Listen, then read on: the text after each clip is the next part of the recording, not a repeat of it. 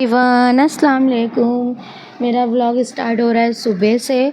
और ये मॉर्निंग में उठकर मैं पहले सारे बर्तन धोई हूँ, क्योंकि मैं रात में मेरी तबीयत ठीक नहीं थी, तो बर्तन पूरा वैसे ही पड़ा था। और यहाँ बर्तन धुली, चाय बनाते हैं, नाश्ता करने से पहले ही पावर चली गई।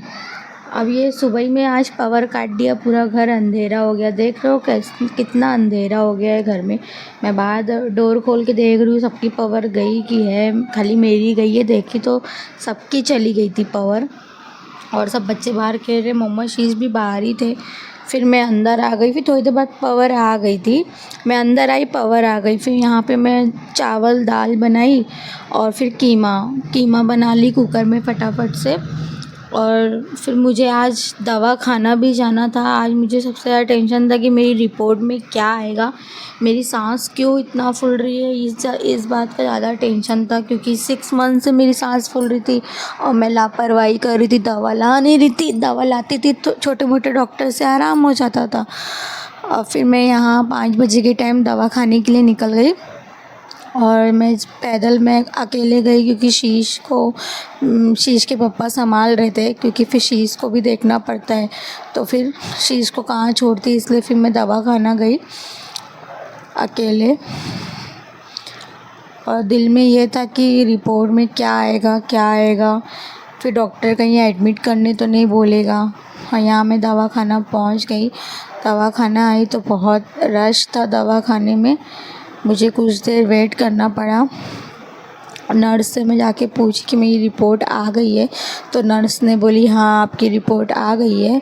और फिर यहाँ पे देखो सबसे झटके वाली बात, मेरी बॉडी में विटामिन डी 4 पॉइंट है। कम से कम 50 पॉइंट रहना चाहिए, तो मेरी बॉडी में 4 पॉइंट है। यहाँ फिर मुझे इंजेक्शन भी लगाए डॉक्टर ने। हर हफ्ते 3 हफ्ते तक मुझे इंजेक्शन लगेगा। और इतनी सारी दवा दी है। डेली मॉर्निंग में मुझे विटामिन डी की दवा खाना है। और देखो मेरी बॉडी में 4.5 विटामिन डी है। अब पता नहीं कैसे विटामिन डी की इतनी कमी हो गई, मुझे खुद को नहीं समझ में आ रहा है। और वो सीज़र की वजह से, मेरा बेबी सीज़र से हुआ, मैं 6 मंथ तक दवा खाई नहीं, लापरवाही हो गई। और कोई भी होएगी दवा खाते रहने का 6 मंथ तक के। और यहाँ पे फिर मेरे दवा मैं कहाँ रखूँ, थैली में रखूँगी तो फिर याद नहीं रहेगी, इसलिए मैं यहाँ मेरे पास एक बकेट रखी थी, उसको मैं निकाली और उसको ये वाइप से पूरा क्लीन करके बकेट को इसमें सारी अपनी दवा रख लूँगी, ताकि इसको सामने रखूँगी तो मुझे याद रहेगा कि मुझे दवा खाना है, नागा नहीं होगा। और फिर ऐसे थैली में रहेगा तो फिर याद ही नहीं रहता कि दवा खाना है कि नहीं खाना। और ये मेरा विटामिन डी मेरी बॉडी में इतना कम है, इसकी वजह से मेरी सांस ज़्यादा फूल रही है और मैं मुझे चिड़चिड़पन हो रहा है, गुस्सा चढ़ रही है, क्योंकि विटामिन डी की कमी है। प्लीज़ आप लोग भी लापरवाही नहीं करने का, जैसा मैंने लापरवाही की हूँ। थोड़ा सा भी हो तो प्लीज़ डॉक्टर से अपने मिलिए। मेरा तो 6 मंथ से हो रहा था, मैं छोटे मोटे दवाखाने से दवा लेके आ रही थी, लेकिन कोई भी डॉक्टर ने मुझे रिपोर्ट का नहीं गाइड किया।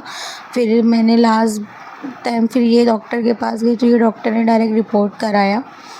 और फिर मेरा बीमारी मालूम पड़ गई कि मतलब मुझे, अल्लाह का करम है, शुक्र है कि मुझे कोई वैसा कुछ बीमारी नहीं है जिसका मुझे डर था।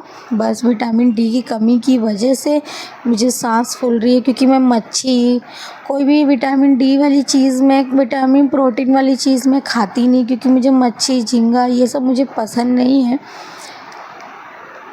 खैर कोई नहीं, यहाँ मेरी बकेट रेडी हो गई।